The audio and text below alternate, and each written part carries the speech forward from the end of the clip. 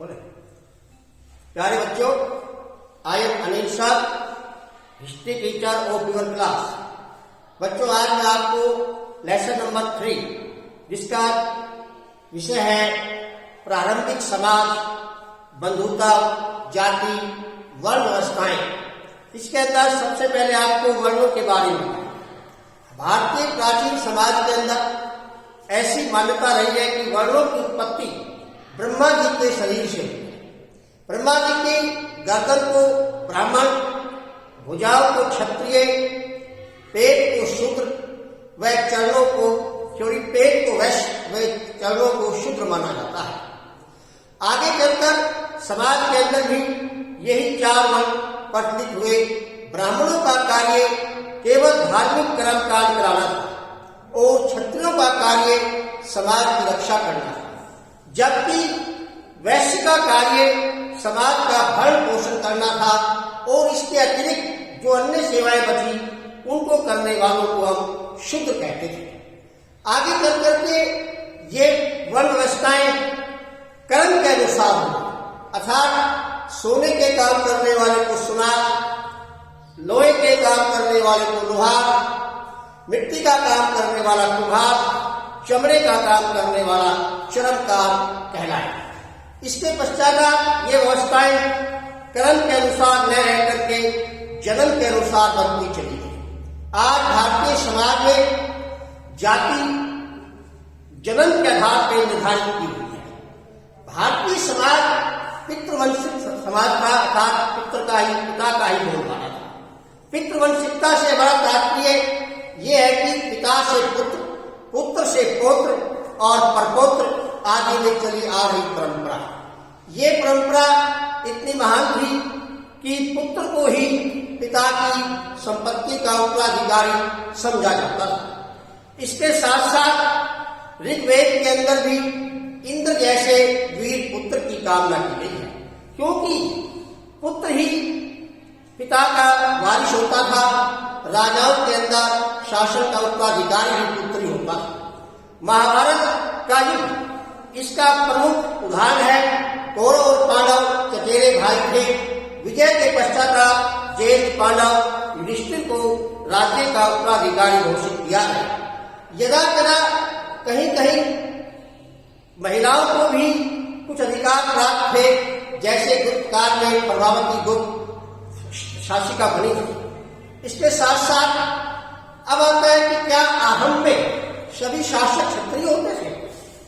क्षत्रियों की जिम्मेदारी शासन करना लिखी हुई थी, लेकिन कभी सभी शासक क्षत्रिय थे ऐसा इतिहास में संभव नहीं हुआ है।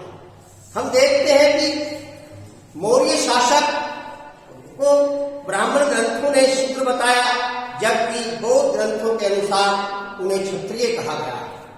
इतना ही नहीं, उज्जैन और महेश्वरी के शासक भी अपने आप को ब्राह्मण मानते हैं। इसके साथ साथ हम देखते हैं कि सातवाहन शासक जो दक्षिण में थे, ये भी अपने आप को ब्राह्मण मानते थे। अतः स्पष्ट होता है कि सभी शासक क्षत्रिय नहीं थे, लेकिन क्षत्रियों की जिम्मेदारी समाज की रक्षा करने की थी। अब आपके सामने अगला प्रश्न आता है कि समाज के अंदर जो धर्म था वो किस प्रकार से था। देखिए, समाज के अंदर ब्राह्मणीय धर्म ही सर्वोपरि था और ब्राह्मणीय धर्म के अनुसार ही संपूर्ण समाज आगे चलता है। ब्राह्मणों की बनाई गई रीति रिवाज और परंपराएं समाज के अंदर प्राचीन समय से ही चली आ रही थी। वैदिक काल के अंदर भी ये परंपराएं अपने चरम पर थी, लेकिन जब हम देखते हैं कि समाज के अंदर 8 प्रकार की विवाह पद्धतियां प्रचलित थी और इन विवाह पद्धतियों के 8 प्रकार होने के कारण ये स्पष्ट है कि सब कहीं ब्राह्मण परंपराएं लागू नहीं होती, अर्थात ब्राह्मणों के बनाए हुए सिद्धांत पूर्ण रूप से मान्य नहीं थे। अब आपको धर्म के बारे में द्रोण, हिडिंबा व मातंग की कथाओं से संबंध में कुछ बातें बताते हैं। द्रोण कौरव और पांडवों को शिक्षा देने वाले आचार्य थे। एक बार उनके पास एकलव्य शिक्षा ग्रहण करने के लिए आया। एकलव्य निषाद जाति से संबंध रखता था, जिस कारण आचार्य द्रोण ने उसे शिक्षा देने से मना किया। द्रोण के शिक्षा देने से मना करने के बाद एकलव्य ने अपने मन में ठान करके और एक द्रोणाचार्य की मिट्टी की मूर्ति बना करके उसका अनुसरण करते हुए छिप करके शिक्षा ग्रहण करने लगा। इस प्रकार उसने संपूर्ण धनुर्विद्या प्राप्त की, लेकिन गुरु दक्षिणा के रूप में द्रोणाचार्य ने उससे अपना अंगूठा दान में मांगा। इससे यह स्पष्ट होता है कि आचार्य द्रोण भी अपने धर्म का पालन करते हुए अपने शिष्य से अंगूठा लिया, क्योंकि उसने छिप करके शिक्षा ग्रहण की थी। हिडिंबा की कहानी भी धर्म के ऊपर टिकी हुई है।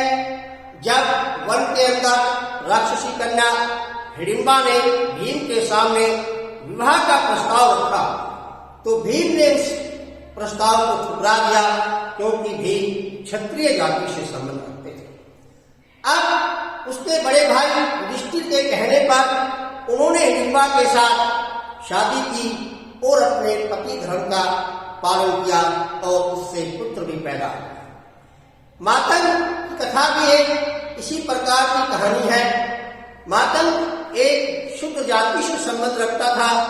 मांगलिक नामक व्यापारी की कन्या ने उसे एक बार देखा, जिसे देख करके वह कन्या जोर जोर से चिल्लाने लगी कि उसने कुछ अशुभ देख लिया, जिस कारण मातंग को पीटा गया, डराया गया, धमकाया गया। लेकिन मातंग ने अपनी धर्म प्रायणता को नहीं छोड़ा और इस ब्राह्मणीय परंपरा का निरंतर वो विरोध करता रहा। इन तीनों कथाओं से ये स्पष्ट है कि प्राचीन काल में भी लोग अपने धर्म के ऊपर अडिग रहते थे। अब आपको थोड़ा सा आगे चलते हैं और ये बताते हैं कि आरंभिक समाज के अंदर जो पुत्र थे उनका दायित्व क्या था। देखिए, पुत्र अपने पिता की वसीयत का उत्तराधिकारी होता है। ऋग्वेद में भी पुत्र को ही महान बताया गया है, और जबकि बेटी के विषय में ये कहा गया है कि मैं इसे इसके पति के घर में सम्मान पूर्वक स्थापित करता हूं और इसकी मान मर्यादा अब इसके पति का ही परिवार है और इसके पति के घर में ही इसकी इज्जत है। ऐसा कहकर के पुत्री को हम कन्यादान स्वरूप देते थे, जिससे ये स्पष्ट होता है कि महिलाओं को एक वस्तु के समान समझा जाता था। लेकिन ये परंपरा संपूर्ण समाज में प्रचलित नहीं थी, क्योंकि संचार के साधन उस समय इतने विकसित नहीं थे। अतः ब्राह्मणीय परंपराएं पूरे समाज में न फैल करके कुछ ही क्षेत्रों तक, यानी स्वर्ण जातियों तक, ब्राह्मण और क्षत्रियों तक ही ये सीमित रही। शास्त्रों के विषय में भी हम यही विचारधारा अपना सकते हैं, क्योंकि शास्त्रों के उत्तराधिकारी भी प्राय पुत्र ही होते थे। पुत्रियां यदा कदा इसका अपवाद नहीं है। विवाह प्रणाली को भी देखें तो वहां भी पुत्रियों का ही बोलबाला न रह करके पुत्रों का ही बोलबाला था, क्योंकि एक तो विवाह अपनी जाति के अंदर करने अनिवार्य होते थे। 8 प्रकार के विवाह में से प्रथम 4 प्रकार के विवाह, ब्रह्म विवाह, देव विवाह, अश्व विवाह और प्रजापति विवाह को ही श्रेष्ठ माना गया है, जबकि गंधर्व विवाह, असुर विवाह, प्रेम विवाह और पिशाच विवाह को अशुभ माना जाता है। अब प्रश्न उठता है कि महाभारत जो थी, इसका रचनाकार एक ही व्यक्ति था या अनेक थे। देखिए, महाभारत के रचनाकार के विषय में ये कहा जाता है कि 600 ईस्वी पूर्व से 600 ईस्वी तक इसकी रचना मानी गई। इस काल के अंदर महाभारत को लिखा गया।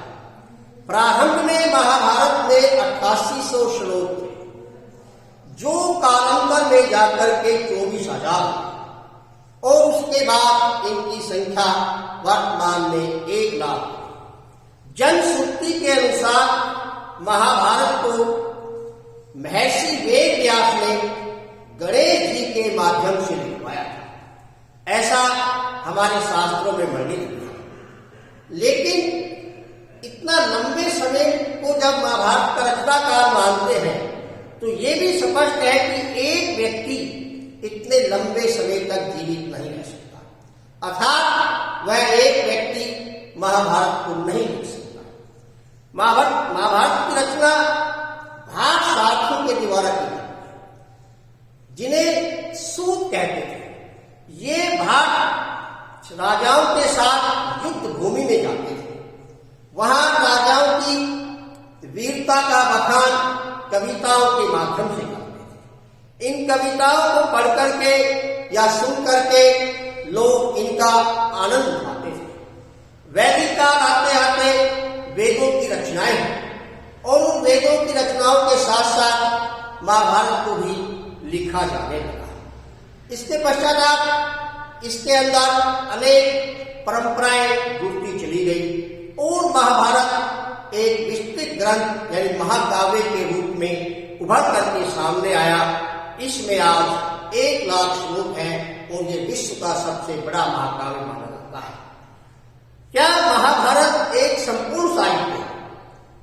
महाभारत को एक संपूर्ण साहित्य माना जाता है, क्योंकि एक तो इसकी रचना 1000 सालों के अंदर, दूसरी बात रचना के साथ साथ इसके अंदर जो श्लोक थे उनकी संख्या भी 1 लाख के करीब है और इसके अंदर समाज के हर वर्ग, हर क्षेत्र का विस्तार पूर्वक वर्णन किया गया है। चाहे वो राजनीतिक क्षेत्र हो, चाहे सामाजिक क्षेत्र हो, चाहे आर्थिक क्षेत्र हो, सभी प्रकार की गतिविधियों का महाभारत के अंदर विस्तार पूर्वक वर्णन किया गया है। इतना ही नहीं, महाभारत के अंदर आध्यात्मिक ज्ञान व धार्मिक ज्ञान का भी वर्णन किया गया है।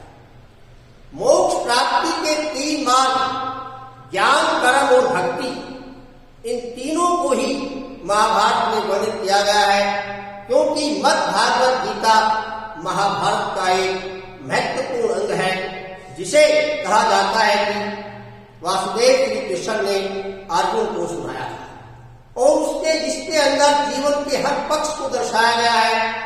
हर प्रकार के प्रश्नों के उत्तर भगवान के द्वारा दिए जाते हैं जो भगवत गीता में लिखे हुए हैं। अतः हम कह सकते हैं कि महाभारत एक संपूर्ण साहित्य है। जिस प्रकार साहित्य के अंदर संपूर्ण समाज का दर्पण होता है, उसी प्रकार महाभारत के अंदर समाज के हर पहलू को विस्तार पूर्वक के ढंग से वर्णित किया गया है। अब आता है कि महाभारत के अंदर वर्णित कथाएं आधुनिक समाज के किस ओर इशारा करती है, अर्थात समाज के अंदर किस प्रकार के संबोधन थे। देखिए, महाभारत के अंदर भी एक अवतरण के अंदर युधिष्ठिर ने सभी को संबोधित करते हुए ये स्पष्ट क्या कहा है कि सर्वप्रथम यानी सबसे पहले मैं ब्राह्मण और पुरोहितों को नमस्कार करता हूं, तत्पश्चात यानी उसके बाद मैं अपने कुल के श्रेष्ठ पितामह भीष्म को प्रणाम करता हूं। इसके बाद मैं अपने जेठ धृतराष्ट्र व चाचा विदुर को प्रणाम करता हूं। इसके पश्चात में मैं अपने सभी भाइयों को, अनुजों को प्रणाम करता हूं और शुभकामनाएं देता हूं। इसके बाद मैं हमारी सभी महिलाएं, पूजनीय माता जी, इन सब को प्रणाम करता हूं। अंत में मैं समाज के पिछड़े वर्ग, अनुसूचित जाति के लोगों को नमस्कार करता हूं। उसके बाद मैं विकलांगों, अपाहियों को या असहायों को प्रणाम करता हूं। ये कथा भी इस बात को संकेत करती है कि सर्वप्रथम स्थान ब्राह्मणों का था और शूद्रों का, असहायों का स्थान सबसे निम्न था। तो इन पाठ के माध्यम से हमें समाज के अंदर वर्ण व्यवस्था और जाति व्यवस्था कितनी घोर थी, यानी कितनी प्रचंड मात्रा में पनपी हुई थी, इस बात का पता चलता है। प्यारे बच्चों, अगला पाठ आपको बाद में कराएंगे। धन्यवाद।